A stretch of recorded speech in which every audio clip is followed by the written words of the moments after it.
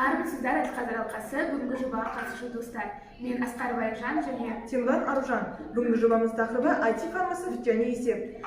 Жобамызды бастамас бұрын экранға зер салсаңыздар. Бұл диаграммада әлемде елеулі орын қалдырған, туған досымыз бен достарымызға айырылуға себеп болған әлемдік пандемия бойынша ауданымыздан көз жұмған адамдар саны көрсетілген. Сонымен қатар, мәйіттердің ауысып кетуі, еркін қауыша алмау, көңілін айту мүмкіндігі жоғы, достарымызбен туғандарымызбен көрісе алмау, арылып жерлей алмау, дәрі-дәрмек тапшылығы, өнімді пайдалану мүмкіндігін білмеулері біздің жобамыздың өзектілігін айқындайды. Жобамыздың мақсаты ұлттық өнімдерден дәрі дайындау үшін есептеу жүргізу, IT фармацевтиканың даму жолын көрсетіп, денсаулыққа пайдалы ұлттық өнімдерден ауылда жерде онлайн дәріхана қызметін ұсыну. Жоба міндеттері IT фармацевт болудың халыққа деген пайдасын анықтау. Негізгі міндеті пайда табу ғана емес, халыққа қызмет көрсету болғандықтан экономикалық жоспарын құрып, шығысы мен кірісін есептеу. Жобаның гипотезасы болашақта IT фармацевт болу, онлайн дәріхана ашу. Жоба жаңалығы ауыл жерде интернет көзін дамытып, халыққа қолайлы IT фармацевт саласын жандандыру.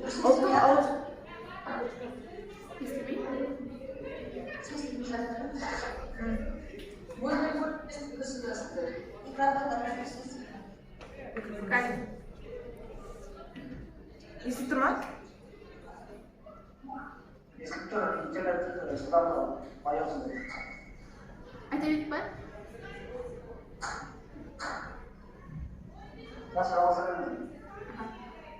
Ауыл жерде интернет көзін дамытып, халыққа қолайлы IT фармацевт саласын жандандыру. Ұлттық ауыл шаруашылық өнімдерін математикамен байланыстыра отырып, қолданысқа енгізу және дәрі ретінде пайдалану. Қарағанды облысында 14 аудан бар. Олардың нешеуінде онлайн дәріхана орталығы бар деген сұраққа зерттеу жұмысын жүргіздік. Барлық аудандарда онлайн дәріхана болғанымен, нақты біз ұсынған ұлттық бренд ауыл шаруашылық өнімдерін дәрі жасап сататын IT фармацевт жоқтың басы екен.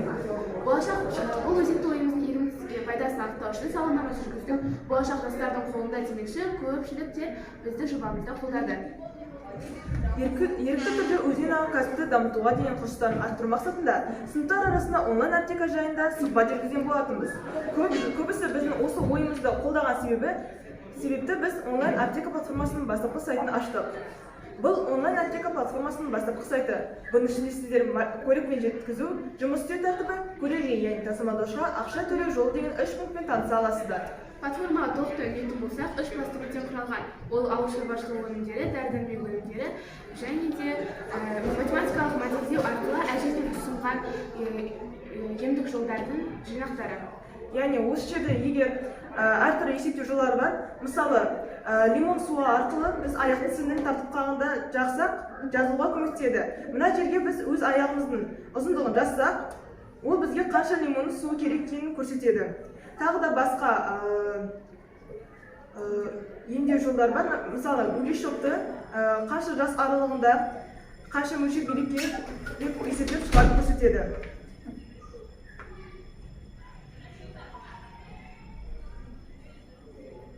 Бұл біздің макетіміздің бейнесі. Макетімізге толықтай өңдейтін болсақ, үстінде ауыл шаруашылығы өнімдері, дәрі-дәрмек өнімдері, яғни әр ауыл шаруашылығы өнімдерінің өзіндік емдеу жолдары бар екенін көрсеткіміз келді. Оның барлығы смартфон үстінде жасалынған, яғни қолға жетімді әрі тиімді деген бейнеленеді. Жобаның тиімділігі, әр дәрінің құрамы, оның ағзаға деген пайдасы және зиянымен танысалуы. Әр құштағы дәрінің есептелу жолымен танысалуы. Бұл жерде бизнес жоспарымыздың төлқұжатын бақылай аласыздар. Ол жерде орналасатын жері жобаның мақсаты мен идеясы көрсетілген. Және де бұл кестеде қарапайым математикалық есептеу жолы арқылы біз жобамызды бастауға қанша сома кететінін есептеп шығардық. Бұл біздің жобамыздың экономикалық жоспары. Бұның кірісі мен шығысын есептеу арқылы 2024 жылы жалпы сомасы 5 миллионға жететініне көз жеткіздік. Ал бұл кестеде іске асыру жоспарымыздың айлық сатылай бейнесін көре аласыздар. Менің әжем емші болатын. Өзім көзімен көрмесем де үлкендердің айтуы бойынша қолы жеңіл кісі болған. Әр аурудың өзіндік емдеу жолын қолдана білген. Ал қазір сол емдік жолдарды біз математика арқылы шыңдаудамыз. Мысалға, өкпе ауруында бейні жаңа сауылған сүттің жылы күйінде үзбей шай бойы 1 литрден ішсе, құлан таза айығады деген. Осы 3 айда қанша литр бие сүтін ішетінін есептегенде барлығы 90 литр бие сүті шықты. Бұл емдік жолдар әжемдікке шынымен адамдарға көмектеседі деген ойға біз зерттеу жұмысын өткіздік. Мысалға, шұбарлақы жара ауруында бұрын әжем пенициллинмен жасаса, біз оны стриптоцитпен жасап көрдік. Себебі қазір пенициллин дәрісі сатылымнан алып тастаған еді. Стриптоцитпен кәдімгі қолдың құйрық майын араластырып жаққандағы 1 айдан кейінгі емнің нәтижесі. Қымыз қырық ауруға ем екенін бізден бұрын ғалымдар зерттеп дәлелдеп кеткен-тін. Ол және де көптеген онкологиялық аурулардан айығып кетуге көмектеседі. Ауданымыздың тұрғыны Нұржан мырзамен сұхбат алған болатынбыз. Ол онкологиямен 2015 жылы ауырған, бүгінгі таңда 100%-ға сауыққан-тын. Яғни бұл видеоның уақытын тығыздығына байланысты көрсете алмаймыз. Бұл видеода ол досының фермасында 3 ай бойы бие сүтін ішкенін айтады және содан 100%-ға сауыққанын айтады. Қазіргі таңда біздің мектебімізде жұмыс істейді. Шырман Төреғалыұлы шоколадтан, қымыздан шоколад жасап, барлық әлемді таңғалдырған болатын. Ал қазір біз оны үй жағынан нәрсіп көруді жөн санадық.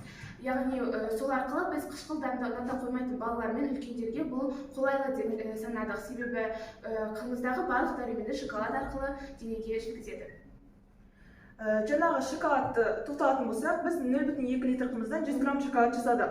Онда бізге 150 грамм шоколад жасау үшін қанша литр қымыз керек болатынын есептеген болатынбыз. Яғни қарапайым математикалық пропорция арқылы есептегенде 150 грамм шоколад жасау үшін бізге барлығы 0,3 литр қымыз керек болады. Қазіргі таңда көпшілік адам грыжа ауруымен ауыратыны белгілі. Осыған орай жылқы малының қазысын алып ауыратын жерге тарту керек. Ауыл жерге көпшілігінің қолында бар. Ауылымыздың тұрғыны осы аурудан 1 айда айықты. Сонда 30 күнде қанша қазының майын жұмсаған? 30 күнде қанша май қажет? Қазының килограммы 3500 теңге. Күніне жұмсалатын майдың қанша грамм кететінін есептеп көрдік. Яғни барлығы 1 айда 300 грамм май жағылады екен. Мына жерде тағы да осындай сияқты көптеген есептеулер бар, бірақ уақыттың тығыздығына байланысты бұларға тоқталып кете алмаймыз.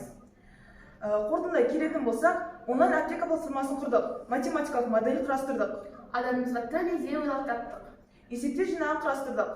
Көне көзді Дәгүл әжемнің жазбаларын пайдаланып дәрі жасадық. Ақбас ауыл шаруашылық фермасымен келісімшартқа отырдық. Біздің ұсыныстар: мектеп бағдарламасына онлайн жүйедегі әртүрлі бағдарламалар құруды үйрететін маркетолог болып шығатын жаңа пәндер енгізсе.